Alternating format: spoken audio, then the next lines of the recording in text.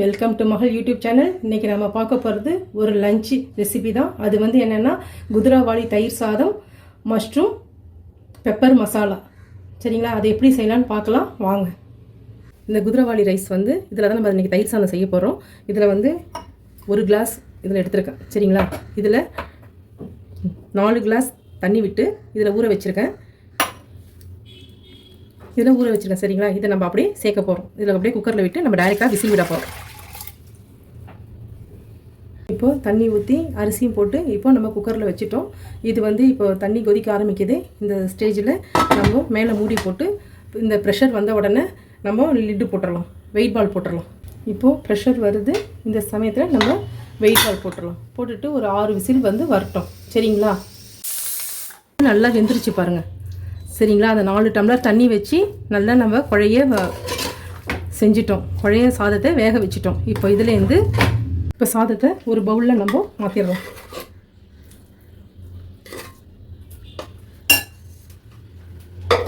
இப்போ இதை நல்லா நம்ம கிளறி விட்டுடலாம். கிளறி விட்டுட்டு இதில் 1 கப்பு காய்ச்சின பால் வந்து ஆறுன பால் எடுத்து வச்சுட்டேன். இதை அப்படியே விட்டுடலாம். சரிங்களா, இதை நம்ம நல்லா கலந்துப்போம். இப்போது நல்லா கலந்துட்டோம். பால் விட்டு நல்லா கலந்தாச்சு. இதில் 1 கப்பு தயிர் விட்டுருவோம். வீட்டில் உர ஊற்றின தயிர் தான்.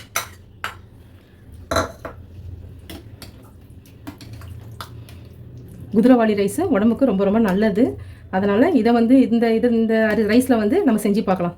நம்ம பொன்னி ரைஸில் தான் செஞ்சுருப்போம், பச்சரிசிலலாம். இப்போ நம்ம குதிராவாளி ரைஸில் நம்ம தயிர் சாதம் செய்கிறோம். நெக்ஸ்ட் இதில் உப்பு, கல் உப்பு வந்து நுணுக்கி வச்சுருக்கேன், அதை போட்டுக்கலாம். நம்ம நல்லெண்ணெயே யூஸ் பண்ணிக்கலாம். சரிங்களா, கடலை எண்ணெய் அதோட நல்லெண்ணெய் நல்ல டேஸ்ட்டாக இருக்கும். அதில் 1 ஸ்பூன் எண்ணெய் விட்டுட்டு கடுகு 1 ஸ்பூன் 1.5 ஸ்பூன் போட்டுங்க.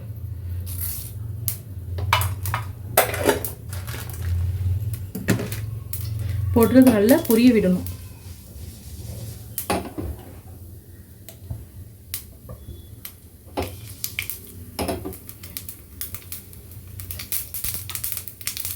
பொரியும் பொழுது இந்த கருவேப்பிலையை விட்டுட்டு பச்சை மிளகா, ஒரு சின்ன பச்சை மிளகா குட்டி குட்டியாக நறுக்கி வச்சுருக்கேன், அதை போட்டுடலாம். நெக்ஸ்ட்டு இஞ்சி, அதையும் ஸ்லைஸ் இதனால் சீவி வச்சுருக்கேன். ஏன்னா துண்டு துண்டாக இருந்தால் பசங்க சாப்பிட மாட்டாங்க, அதுக்காக. இதை நம்ம நல்லா ஃப்ரை பண்ணிக்கணும். இந்த ஸ்டேஜில் கொஞ்சோண்டு பெருங்காயத்தூள்,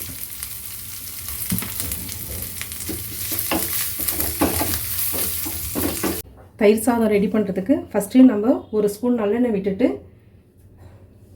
அதில் மோர் மிளகாவை நம்ம நல்லா வறுத்து எடுத்துக்கணும். சரிங்களா, அதில் நமக்கு எவ்வளோ தேவையோ அதை போட்டுக்கலாம். மீதி வந்து மற்ற சாதத்துக்கெலாம் நம்ம தொட்டுக்கிறதுக்கு வச்சுக்கலாம். இது நல்லா கொஞ்சம் பிளாக் கலரில் வரணும். அப்போ தான் நல்லா வறுபட்டுருக்கும். இப்போ நல்லா பிளாக் கலரில் வந்துருச்சு பாருங்கள். இந்த ஸ்டேஜில் நம்ம எடுத்துடலாம் மிளகாவை. நெக்ஸ்ட் நம்ம தாளித்து வச்சுருக்கோம்ல, அதையும் சேர்த்துக்கலாம்.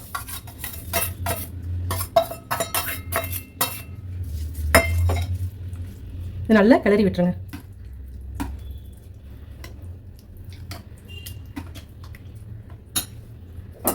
இதில் கொத்தமல்லி வச்சுருக்கோம், கொத்தமல்லி நறுக்கி வச்சுருக்கேன், அதையும் போட்டுடலாம்.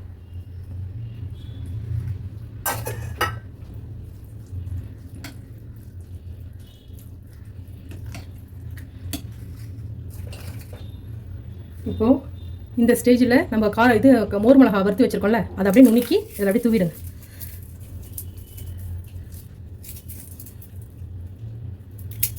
சரிங்களா, இதை நம்ம இப்போ கிளறி விட்டுறலாம்.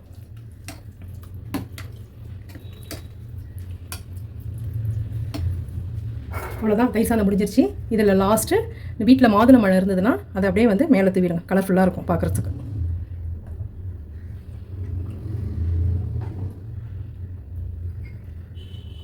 ஓகேங்களா, அவ்வளோதான், தயிர் சாதம் ரெடி.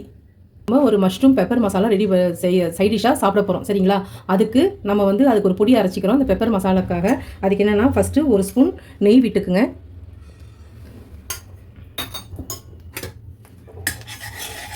நல்லா சூடானதும் ஒரு 4 காஞ்ச மிளகாய் போட்டுருங்க.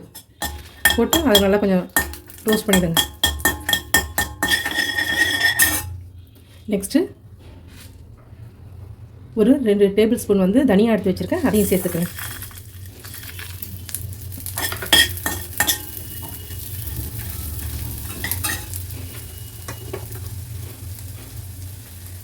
Next pepper 2 spoon. ஏன்னா நம்ம பொடி தான் மிளகாத்தூள் எதையுமே சேர்க்க போகிறதில்ல, அதனால் 2 ஸ்பூன் சீரகம்,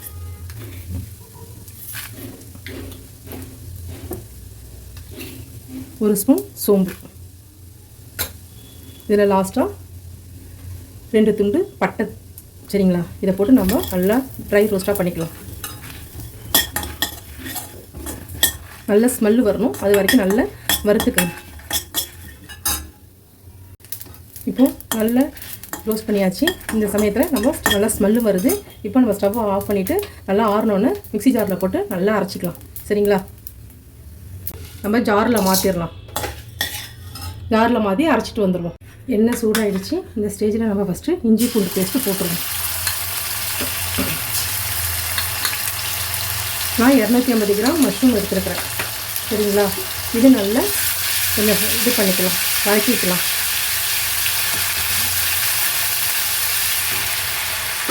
நெக்ஸ்ட்டு 1 கப் ஆனியன் எடுத்துருக்கேன், அதையும் போட்டுருவேன். இது நல்லா ஃப்ரை பண்ணிக்கலாம். இதில் கொஞ்சம் நம்ம உப்பு சேர்த்துக்கிறோம்.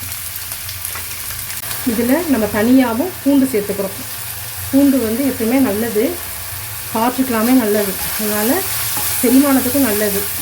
பூண்டு சேர்த்தாச்சு. இதில்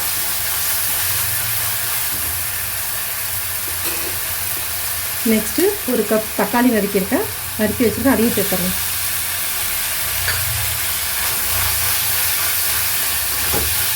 இது ஒரு 5 மினிட்ஸ் நல்லா வதங்கட்டும். இப்போ நல்லா வதங்கிடுச்சு. இந்த ஸ்டேஜில் ஒரு 1 மினிட்டுக்கு வந்து நம்ம மூடி போட்டு வச்சிடலாம். இப்போது நம்ம ஓப்பன் பண்ணிடலாம். ஓப்பன் பண்ணிவிட்டு இப்போ பாருங்கள் நல்லா குழைவாகிடுச்சு. இந்த ஸ்டேஜில் நான் 1 கப்பு கேப்சிகம், சரிங்களா, அதை குடமிளகாய் நறுக்கி வச்சுருக்கேன், அதை நம்ம இதை சேர்த்துக்கலாம். சேர்த்து இதையும் நல்லா ஃப்ரை பண்ணிக்கலாம்.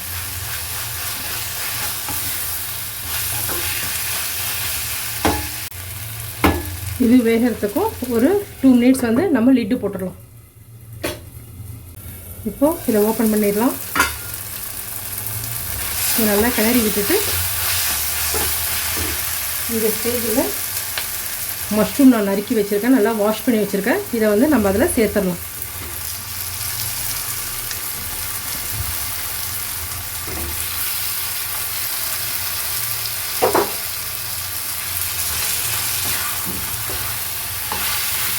இதை நல்லா கிளறி விட்டுருவோம்.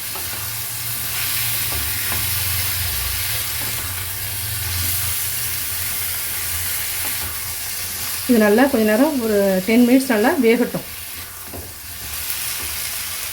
இதில் நம்ம எந்த பொடியும் ஆட் பண்ண போகிறதில்ல, அதனால் இதை அப்படியே வந்து மூடி போட்டு நம்ம மூடி வச்சிடலாம். நல்லா வதங்கட்டும். இப்போது இந்த ஸ்டேஜில் உப்புலாம் கரெக்டாக இருக்கானேன்னு பார்த்துடுங்க.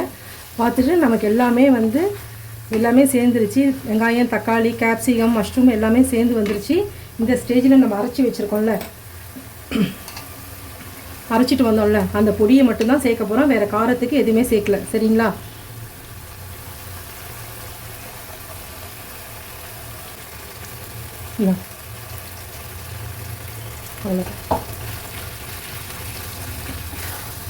அவ்வளோதான். இது நல்ல கிரேவி ஆகட்டும்.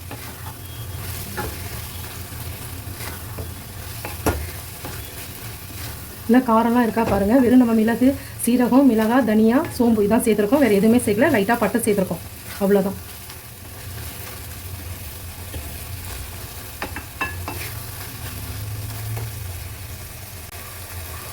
நம்ம இதை மூடி வச்சிடலாம். சரிங்களா? ஒரு 5 மினிட்ஸ் நல்லா வதங்கட்டும். இப்போது எல்லாமே சேர்ந்து நல்ல ஒரு கிரேவியாக மசாலாவாக வந்துருச்சு. சரிங்களா? இந்த ஸ்டேஜில் நம்ம கருவேப்பிலை கொஞ்சோண்டு தூவிட்டு மல்லித்தழையும் தூவிடலாம். அவ்வளோதான். Mushroom pepper masala ready. இப்போ நம்ம ஸ்டவ் ஆஃப் பண்ணிக்கலாம். இப்போது என்னோடய ஸ்டைலில் குதிரைவாலி தயிர் சாதமும் மஷ்ரூம் பெப்பர் மசாலாவும் ரெடி பண்ணியிருக்கேன். சரிங்களா? இதை நீங்களும் வீட்டில் ட்ரை பண்ணி பாருங்கள், சாப்பிட்டு பாருங்கள். பிடிச்சிருந்தால் லைக் பண்ணுங்கள், ஷேர் பண்ணுங்கள், கமெண்ட் பண்ணுங்கள். தேங்க்யூ.